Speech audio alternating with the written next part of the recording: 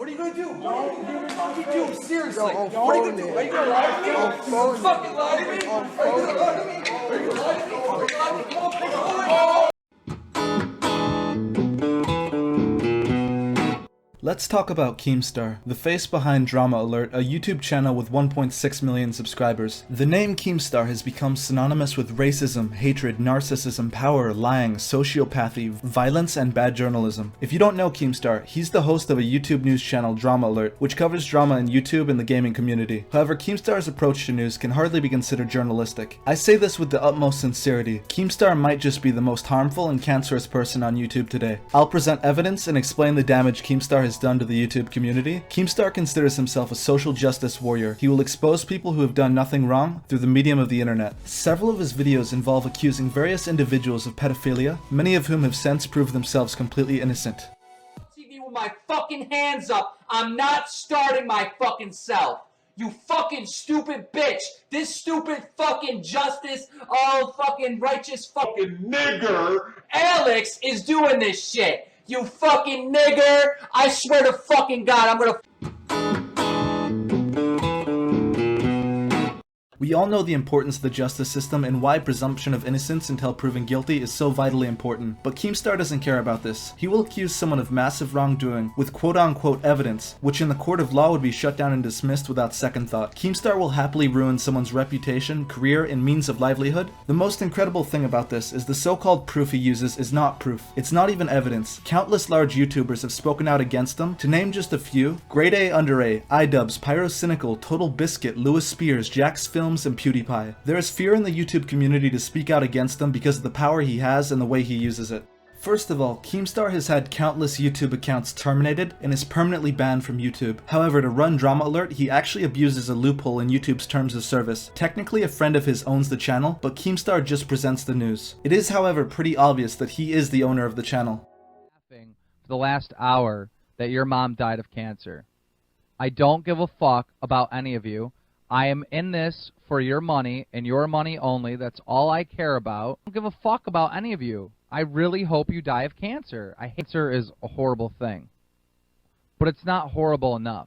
What I really mean is I hope you get cancer and I hope you fucking live the last fucking month of your life every single day gasping for a breath of air and living with the worst, horrible fucking pain of your life. Let's talk about KeemStar and Pyrocynical. For those of you who don't know, Pyrocynical is a YouTuber with 1 million subscribers. He has chosen to keep his face and identity a secret. That's respectable, as a lot of people just want privacy. However, KeemStar didn't like what Pyrocynical had said about him in one of his videos. So what caused KeemStar to go on a personal attack against Pyro? Well, KeemStar had uploaded a video accusing Toby Turner of being a rapist. Pyro responded to KeemStar's video and said this was only speculation, and KeemStar should have made it more apparent that it was only speculation. That's a perfectly fair example of positive criticism. So what do you guys think KeemStar did? He found Pyrocynical's Facebook and tweeted out a picture of his face. Okay, now I'm being accused, okay, of invading Pyro's privacy by exposing his face. This led to Pyrocynical shutting down his Facebook account, but it didn't stop there. Helping to leak someone's identity wasn't enough, so he decided he would just fabricate some information. He claimed that Pyrocynical was a furry and vocally posted this fabricated information on his Twitter to 800,000 followers. But hey, the accusations didn't stop there. KeemStar used one of the oldest tricks in his book. With no evidence whatsoever, he made the claim that Pyrocynical had been trying to hook up with a 13-year-old girl and was a pedophile. Do you remember those YouTubers that you used to be friends with before you blew up and like fucked them off? You know how they've been contacting me saying that you've been dating some like 14-year-old French girl and shit? Just please swing at me. If you're gonna swing at me, dude. Let me know, because I got a fucking files on top of files to... However, originally KeemStar had messaged Pyro and said the girl was 15. Later he made a video on Twitter lowering the age from 15, claiming the girl was 14. Then later he made another video lowering the age from 14 to 13. Turns out nothing of what KeemStar said about Pyrocynical was true. Oh, and let's talk about when KeemStar accused an innocent RuneScape streamer, RS Glory and Gold, of being a convicted pedophile and sex offender. Turns out there was no evidence at all. There was no fact-checking, just an accusation based on absolutely nothing. This is KeemStar's reaction to being told that he got his facts wrong on stream. He wrongly accused the guy of being a pedophile, but God forbid if he has to stop playing a game to look into it. want to hear your evidence. Constantine, I'm waiting. What is your evidence? Produce the evidence. Because he showed his ID. He may have a fake ID. If this dude was coming back to the streaming world after being caught for being a fucking pedophile, he might think, oh, what if they find out about my past? I know what I'll do. I'll get a fake ID. It turns out Tony was completely innocent. However, by this time it was too late. KeemStar's power and influence had led his followers to go harass Tony in his stream, falsely accusing him of being a pedophile. This led Tony to breaking down and crying on stream. Thank you very much for being nice people and kind-hearted and helping me when I really needed your help. Thank you. He was just trying to have fun streaming RuneScape and entertaining other people. He never involved himself in any drama, and Tony is one of the nicest streamers on Twitch. After Tony was able to prove himself innocent, KeemStar had to do something about this to help improve his image, so he offered Tony $1,000. Tony rejected this offer. Recently, KeemStar had bragged saying that he'd offered $10,000 or $20,000, but in fact he'd only offered $1,000. Dude, I'm gonna send this dude $1,000 and just... Whatever this guy wants, you know, 10 grand, 20 grand, whatever he wants. Like, This is an example of KeemStar exaggerating and placing himself on a pedestal. The way KeemStar's channel works is that if you are accused of wrongdoing, you are guilty until you prove yourself innocent.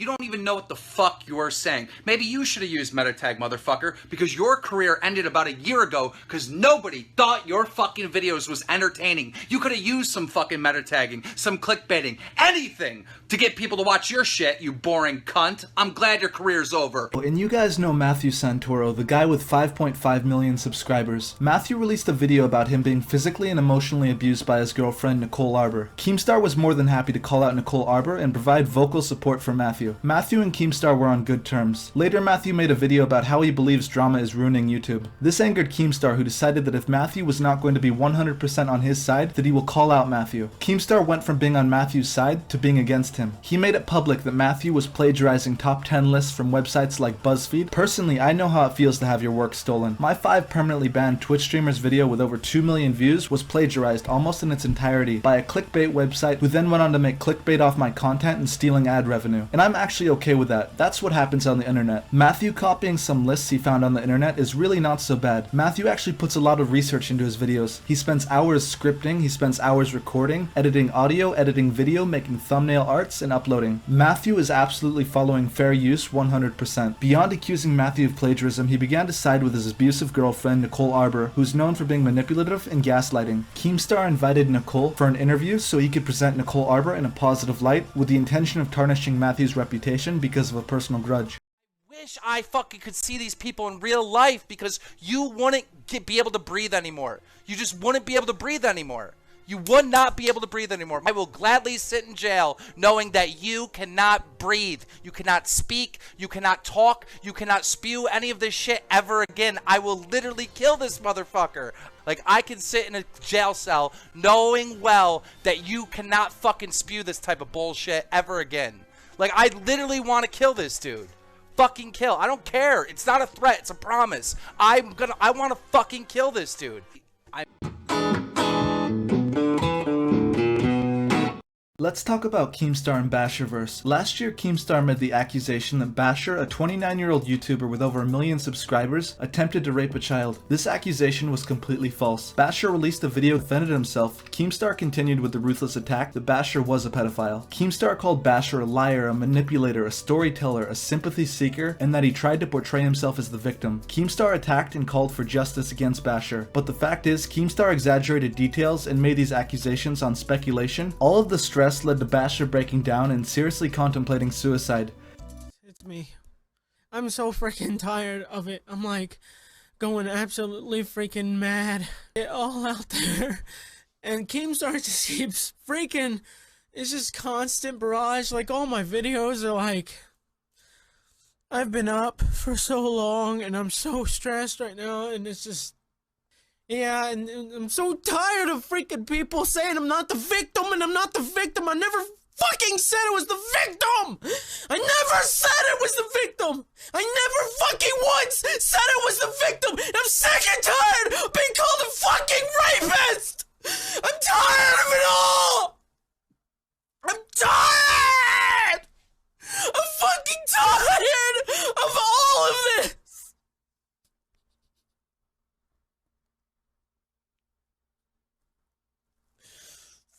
fuck?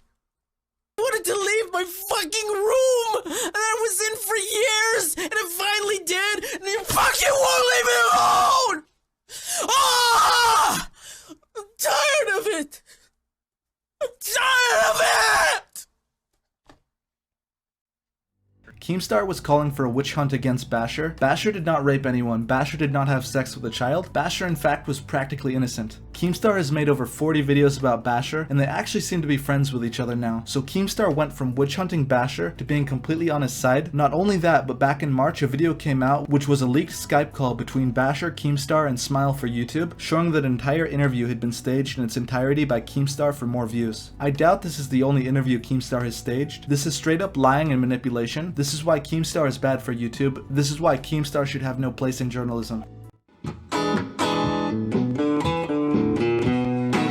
This video is not to inspire hatred, witch hunting, or general mob mentality. I've already made a video about why witch hunting is bad. This video is about the effects of amateur journalism. I doubt we will ever see KeemStar improve his journalistic standards, to stop calling for justice on those he deems guilty, to stop surreptitiously using his fan base for his personal attacks, to stop falsifying and exaggerating information, or to stop making career-ruining accusations based on abysmal evidence. So now you guys know exactly what's wrong with KeemStar. I've left some links in the descriptions to iDubbbz and Pyrocynical's videos about KeemStar, as they're very informative about the situation.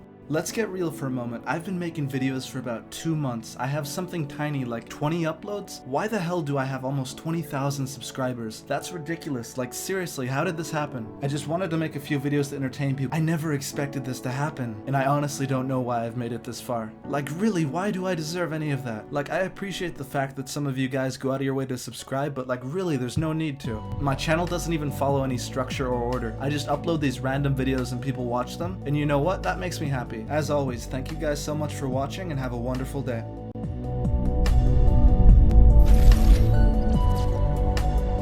What are you gonna do, bro? Seriously, what are you gonna do? Are you gonna lie to me? Fucking lie to me?